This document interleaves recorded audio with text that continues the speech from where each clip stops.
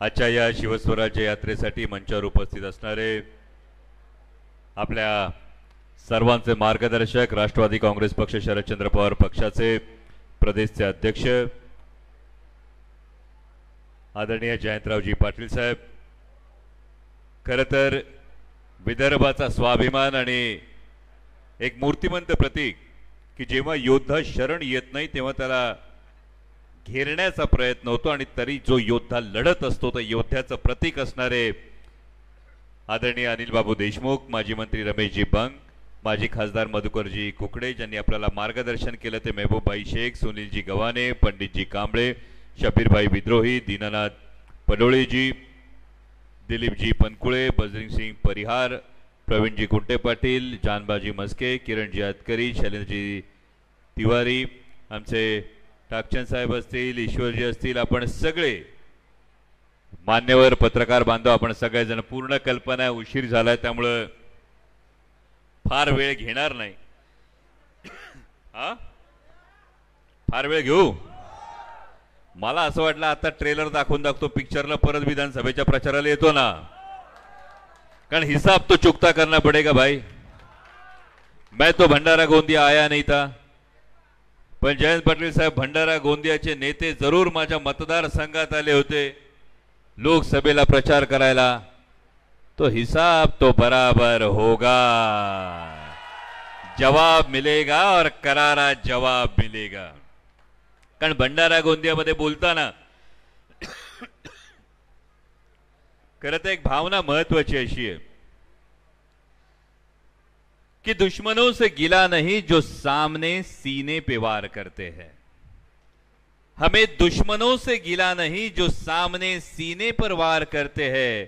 शिकवा तो उन गद्दारों से है जो पीठ पर वार करके दिल पे जख्म देते हैं. कारण जे पक्षात घडलं त्याच्याविषयी अनेक जण आधी बोलून गेले. प्रत्येकाने का भूमिका बदलल्या, कशासाठी भूमिका बदलल्या, मोठमोठे नेते असतील, काहींना विकासाची भूमिका होती. तेव्हा एका शाळेमध्ये एका शिक्षकाने विचारलं, शिक्षकांनी पोरांना विचारलं, ताई बाळा विकास म्हणजे काय? पोरांनी सांगितलं, मास्तर तुम्ही छडी मारायला गेले का पळून जाणं याला विकास म्हणतात. मास्तर म्हणले, इकडे ही कुठली विकासाची व्याख्या ती सांग. तर मास्तर काय चुकीचं बोललो, तुम्ही छडी मारायला लागले का पळून जाणं त्याला विकास म्हणतात.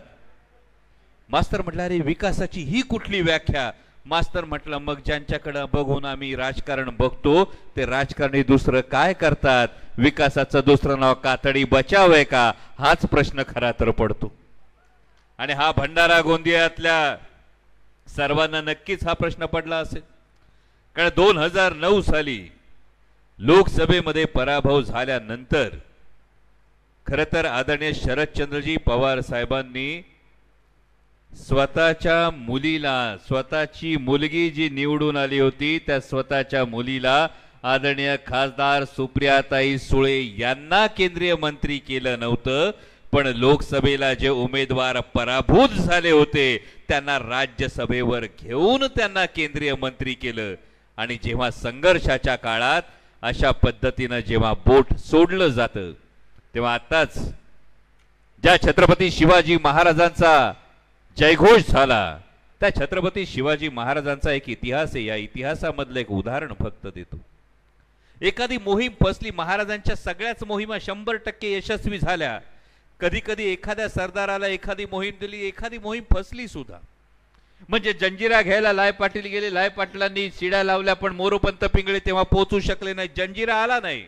पण महाराजांनी मोरोपंत पिंगळ्यांना शासन केलं नाही. महाराजांनी समज दिली की चूक होऊ शकते.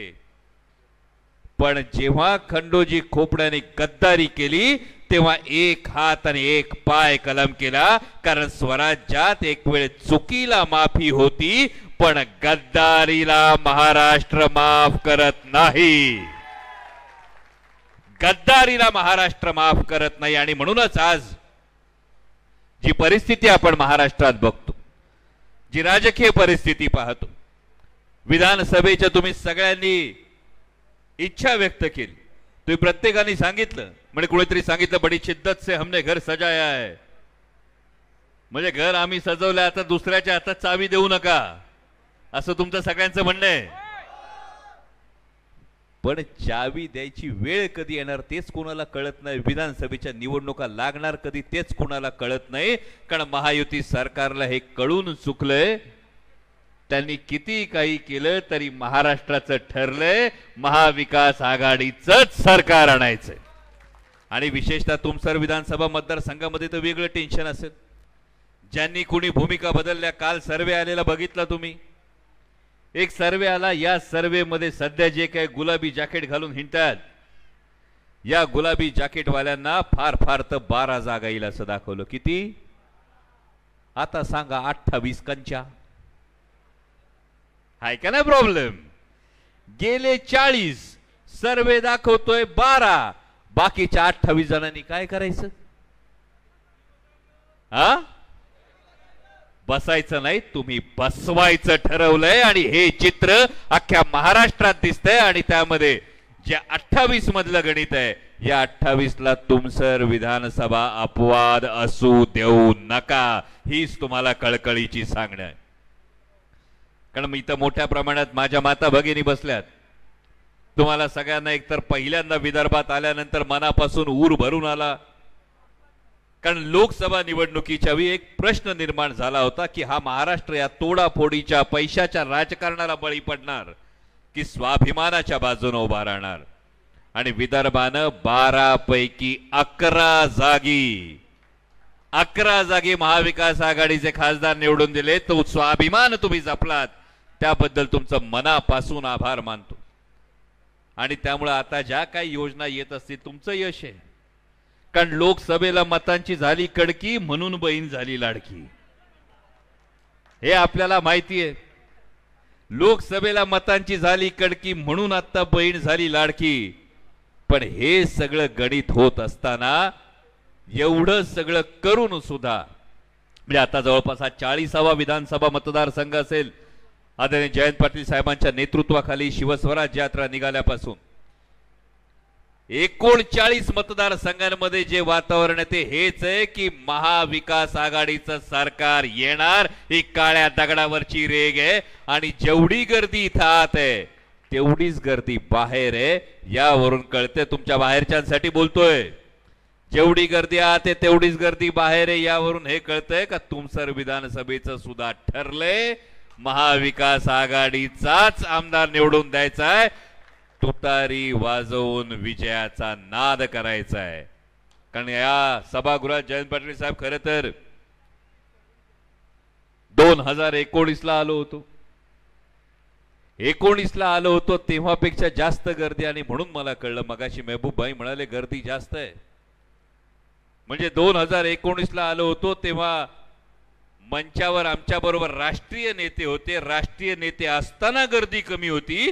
मंचावरची कदाचित गर्दी कमी झाल्यामुळे खाली लोकांची गर्दी वाढली. आणि ही जी माणसं आली, तुमचं मनापासून कौतुक यासाठी करतो की आमदार नाही, मंत्री नाही, कोणी राष्ट्रीय नेता नाही असं असताना ज्या निष्ठेनं तुम्ही येता, ज्या स्वाभिमानानं तुम्ही येता, या महाराष्ट्राला आता दाखवून दिलंय, या महाराष्ट्राला आता ठरवलं येणारी विधानसभेची निवडणूक ही केवळ आमदार निवडून द्यायची निवडणूक नाही. येणारी विधानसभेची निवडणूक ही महाराष्ट्राचा स्वाभिमान राखण्याची निवडणूक आहे.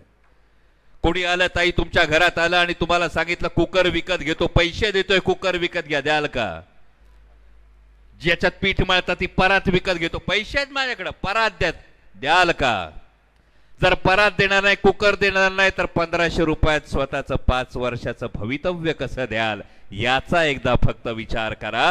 महाराष्ट्र हा विकला जात नाही, तो विकला जाणार नाही, हे आपल्याला आता ठणकावून सांगायचं. मगाशी कोकणच्या भूमीचा उल्लेख झाला. ती खरी परिस्थिती काय? म्हणजे आता तुम्ही बघितलं, सिंधुदुर्गामध्ये छत्रपती शिवाजी महाराजांचा पुतळा हा कोसळला. बातमी वाचली. छत्रपती शिवाजी महाराजांच्या पुतळ्याच्या कामात सुद्धा जे सरकार भ्रष्टाचार करतं, छत्रपतींशी गद्दारी करणाऱ्या या महायुतीच्या सरकारला महाराष्ट्र माफ करणार नाही.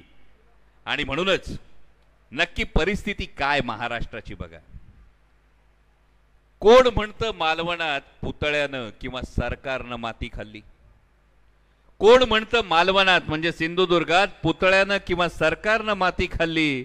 महाराष्ट्राची परिस्थिती पाहून पुतळ्यानं स्वतःहून मान टाकली. बदलापुरात रांझाचा पाटील खदा खदा हसत होता. बदलापुरात रांझाचा पाटील खदा खदा हसत होता. लाज, शरम, सुरक्षितता यांचा चौरंगा होत होता. गुलामांचे बाजार इथं पुन्हा सजले जात होते. गुलामांचे बाजार इथं पुन्हा सजले होते. खोक्यांच्या बदल्यात आमदारच काय, इथं मंत्री सुद्धा विकले होते. नेताजी, तानाजी, बाजी आता पूर्वीसारखे राहिले नव्हते. इतिहासात नावं होती नेताजी पालकर, तानाजी मालुसरे, बाजी प्रभू देशपांडे. पण नेताजी, तानाजी, बाजी आता पूर्वीसारखे राहिले नव्हते. निष्ठा, विश्वास, स्वाभिमान यांचेच कडेलोट झाले होते. कधी काळी दिल्लीला डोळे दाखवणारा महाराष्ट्र आज निमूट गुडघे टेकत होता. आठवा तो आग्र्याच्या दरबारातला प्रसंग. छत्रपती शिवाजी महाराजांनी दिल्लीपतीला डोळे दाखवले होते, पण कधी काळी दिल्लीला डोळे दाखवणारा महाराष्ट्र आज निमूटपणे गुडघे टेकत होता. महाराष्ट्रातलं पान सुद्धा हलवायला आता दिल्लीचा आदेश लागत होता. इथं स्वार्थासाठी, सत्तेसाठी महाराष्ट्र धर्माला तिलांजली दिली. इथं स्वार्थासाठी, सत्तेसाठी महाराष्ट्र धर्माला तिलांजली दिली. म्हणूनच निराशेनं आणि शर्मेनं, पुतळ्यानं नाही, महाराष्ट्राच्या स्वाभिमानानं मान टाकली. विचार करा, शेतकऱ्याच्या शेतमालाला भाव नाही, तरुणांच्या हाताला काम नाही, महिला महाराष्ट्रात सुरक्षित नाही. आणि असं असताना सरकार फक्त सत्तेसाठी चिकटून राहिलंय म्हणून महाराष्ट्राच्या स्वाभिमानानं मान टाकली. पण शपथ आहे शिवछत्रपतींची, पण शपथ आहे शिवछत्रपतींची पुन्हा महाराष्ट्र धर्म जागवण्याची, रयतेचं राज्य साकारण्याची आणि स्वाभिमानी महाराष्ट्र पुन्हा नव्यानं घडवण्याची. स्वाभिमानी महाराष्ट्र पुन्हा नव्यानं घडवण्याची. आणि हा स्वाभिमानी महाराष्ट्र घडवत असताना तुमसर विधानसभेचा आमदार सुद्धा महाविकास आघाडीचा, राष्ट्रवादी काँग्रेस, शरदचंद्र पवार पक्षाचा असेल, याची जबाबदारी तुमच्या प्रत्येकाच्या खांद्यावर सोपवतो आणि रजा घेतो.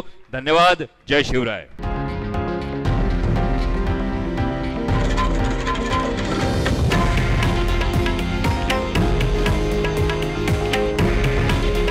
हे आहे देशातील नंबर 1 न्यूज नेटवर्क आणि आपण पाहत आहात TV9 मराठी. काळजी तुमची, हित महाराष्ट्राचं.